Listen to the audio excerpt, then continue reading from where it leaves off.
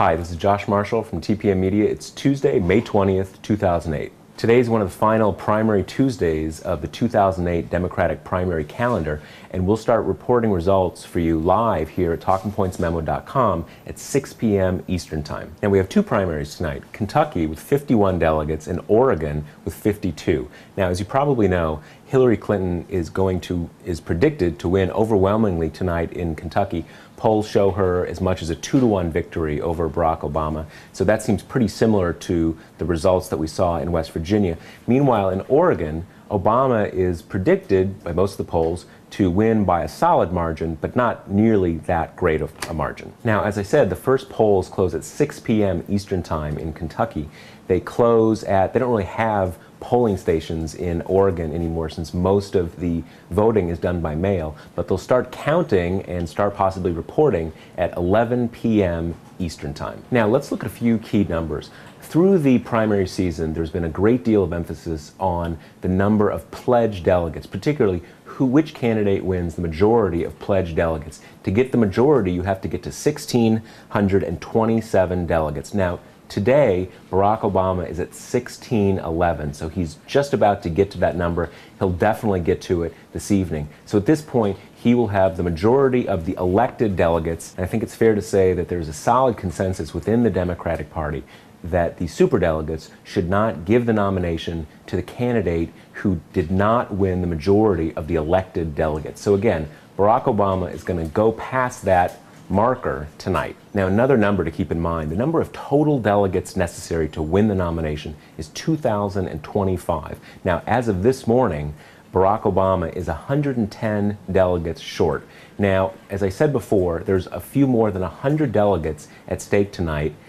So Barack Obama is probably going to get down to maybe 60 delegates short of actually clinching the nomination as of tomorrow morning. Now, the major story of the last week or so is the tacit ceasefire that's being honored by both candidates, both Barack Obama and Hillary Clinton. After Hillary Clinton made her remark about hardworking white people and the fact that their supposed support of her means she should win the nomination, she of course drew all sorts of criticism for that remark. But since then, there's been this, as I said, a basic ceasefire, which has meant this, that Hillary Clinton has not been making barbed comments about Barack Obama, and the really barbed comments she's reserving for John McCain. In a few cases, she's actually defended Barack Obama from John McCain. On the other hand, Barack Obama, again, focusing on John McCain, not Hillary Clinton, and what he's not doing is pushing Hillary Clinton or having his surrogates push Hillary Clinton to get out of the race. And that is the terms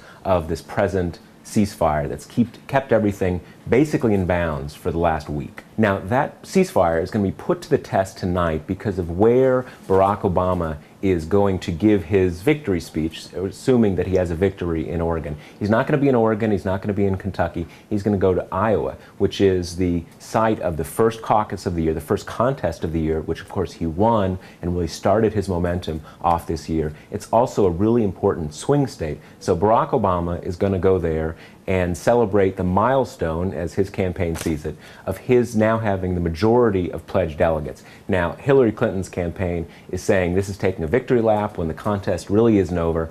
So we'll have to watch tonight, watch the speeches tonight, to see how each campaign treats this milestone, if you think it is a milestone. Now, as I said earlier, the real hallmark of this last week is that both Democratic candidates have basically focused their attention on John McCain rather than each other. And yesterday, we saw the first of what promises to be many face-offs between Barack Obama and John McCain, this time over foreign policy and specifically Iran. Now, Democrats are watching Obama to see whether he can really stand up to McCain in these kind of verbal back and forth, since obviously John McCain comes into this campaign with a lot of the conventional wisdom that he's the one who has the experience and credibility on foreign policy. So here we're going to show you two speeches. First, John McCain attacking Obama over his policy toward Iran, and then Obama responding. Senator Obama has declared and repeatedly reaffirmed his intention to meet the president of Iran without any preconditions, likening it to meetings between former American presidents and the leaders of the Soviet Union. Such a statement betrays the depth of Senator Obama's inexperience and reckless judgment. These are very serious deficiencies for an American president to possess. An ill-conceived meeting between the President of the United States and the President of Iran and the massive world media coverage it would attract would increase the prestige of an implacable foe of the United States and reinforce his confidence that Iran's dedication to acquiring nuclear weapons, supporting terrorists, and destroying the state of Israel had succeeded in winning concessions from the most powerful nation on earth. And he's unlikely to abandon the dangerous ambitions that will give him a prominent role on the world stage. John McCain yesterday decided to attack me for saying that Iran does not pose as great of a threat as the Soviet Union did. And so if we were willing to talk to Gorbachev, if we were willing to talk to Khrushchev, then there's no reason why we shouldn't talk to Iran. Seems like common sense.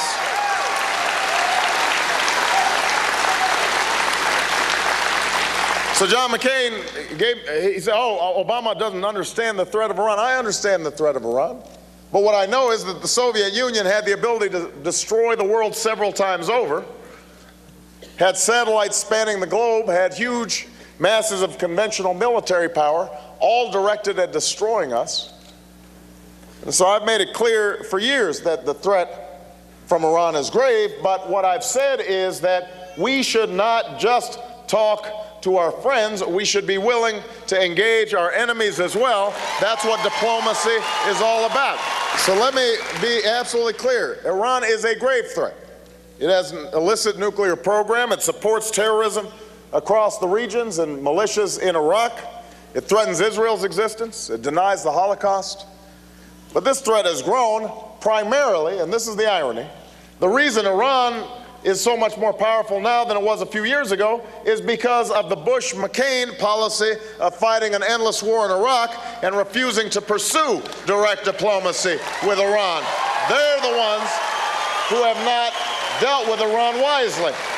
Here's the truth. The Soviet Union had thousands of nuclear weapons, and Iran doesn't have a single one.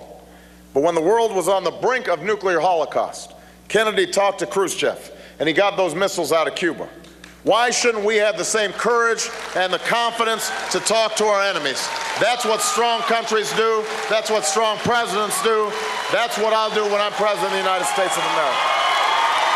For all their tough talk, one of the things you have to ask yourself is, what are George Bush and John McCain afraid of? Demanding that a country meets all your conditions before you meet with them, that's not a strategy. It's just naive, wishful thinking. I'm not afraid that we'll lose some propaganda fight with a dictator. It's time for America to win those battles because we've watched George Bush lose them year after year after year.